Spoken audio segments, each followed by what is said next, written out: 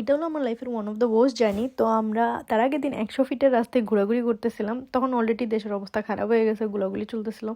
But আমরা যেহেতু কোনো কিছু ফেস করি নাই, গায়ে লাগাই নাই। বিকালে মামা ফোন দিয়ে বলে যে তোমাদের যদি সিলেট যাওয়ার হয় এখনই চলে যাও, কারণ না না হলে পরে কারফিউতে আটকা যাবা। তো আমি, আমার হাজব্যান্ড আর আমার 2 দেবর ছোট, তো আমরা সবাই রাত 3টা বাজে রওনা দিয়ে দিই, এটা মনে করে যে সেফ হবে।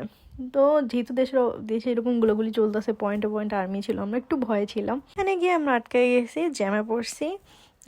2 সাইডে রাস্তা বন্ধ করে দিছে, ট্রাক আর ট্রাক, বালির ট্রাক, ইয়ের ট্রাক, আমরা কিন্তু আটকে রয়েছি।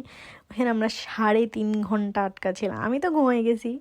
আমি 3.5 ঘন্টা আবার ঘুম দেখে ওইটা মানে আশেপাশে দেখে আমি ভাবতেছি অন্য কোথাও, মানে সিলেটে চলে আসছি, ওইখানে জ্যামে আসি। দেখি না, আমরা ওই সেম প্লেসেই আছি, ওই কাঞ্চন ব্রিজেই আছি। এরপর তো আমি চিল্লাচিল্লি, পুরো ড্রাইভার মামা যেমনি হোক ওনারে স্যালিউট। উনি রাস্তা, ছোট রাস্তা দিয়ে ওপর দিয়া গাড়ি চালাইয়া, যেখানে অর্ধেক হাঁট পর্যন্ত পানি, সেখান দিয়ে গাড়ি চালাই নিয়ে আসছে। You great. যাই হোক, আমরা এরপর দুষ্টামি করে যাইতেছিলাম। এইখানেও পথে ঝামেলা, জায়গায় জায়গায় ছাত্র আন্দোলন ধরতেছিল, বিভিন্ন পার্টির লোকেরা ধরতেছিল। আর আমরা যেহেতু ছোট, সবাই সবাই মনে করে যে আমরা স্টুডেন্ট, বাট আমরা তো দেশে পড়াশোনা করি না, তো আমাদের দেশের ব্যাপারে কোনো নেই। এইসব বিভিন্ন করতেছিল। আর আমাদের ড্রাইভার মামা তো যখনই দেখে যে ছাত্র আন্দোলন মানুষজন আসতেছে, সে খালি গাড়ি ঘুরায়। আমরা মেন রাস্তা দিয়ে কম আসছি, আমরা খালি গলি দিয়ে ঘুরে ঘুরে আসছি, উইচ ওয়াজ অ্যাডভেঞ্চার। বাট অনেক স্কেরি লাগতেছিল যে ওই পর্যন্ত যাবো কিনা। যখনই মানুষ আসতেছে অনেকগুলো ব্যাম্বু টেম্বু নিয়ে দৌড়ে, মনে হইতেছিল দৌড়ে। যাই হোক, পলা টলা যেমনি হোক আমরা চলে আসছি।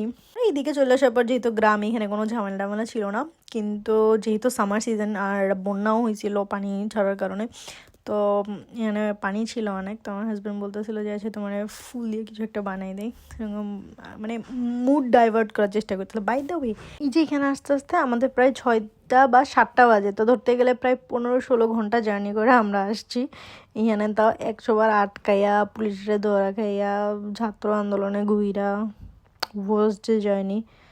তার মধ্যে আমরা এক জায়গায় নামছিলাম খাওয়ার জন্য, আর বাকি জায়গা থেকে তো একটু পর পর, মানে আমার হাজব্যান্ড হলো বড় কেউ ছিল না, তো একটু পর চিপস খাবো, কেক খাবো, চকলেট খাবো, আইসক্রিম খাবো। আর একজন মানে 10 মিনিট পর একজন বাথরুমের জন্য নামে, 10 মিনিট পর গ্যাস নিয়ে ঝামেলা, গ্যাস নামাও, মানুষজন, অনেক ঝামেলা। গেলে পুরো ব্যাড বাস খাইতে খাইতে আসছি, প্যারায় আর প্যারায়। বাসায় এসে দেখলাম সবাই আমাদের জন্য ওয়েট করতেছে, তো তানহা এরকম ফুল নিয়ে ওয়েট করতেছে। বাট এখানে আরেকটা মজার কথা ছিল, কেউ না মানে দেখা চিনে না, বিকজ আমি সেকেন্ডে আমি যেদিন আসছি বলতেছে ওকে, বলতেছে এটাই তো বউ। বলে বউ এরকম বলে টপস পরে আসছে, যেন ছিল না। তো এখানে কিছু মুরব্বী ছিল যারা আমার দেখে চিনেই নেই।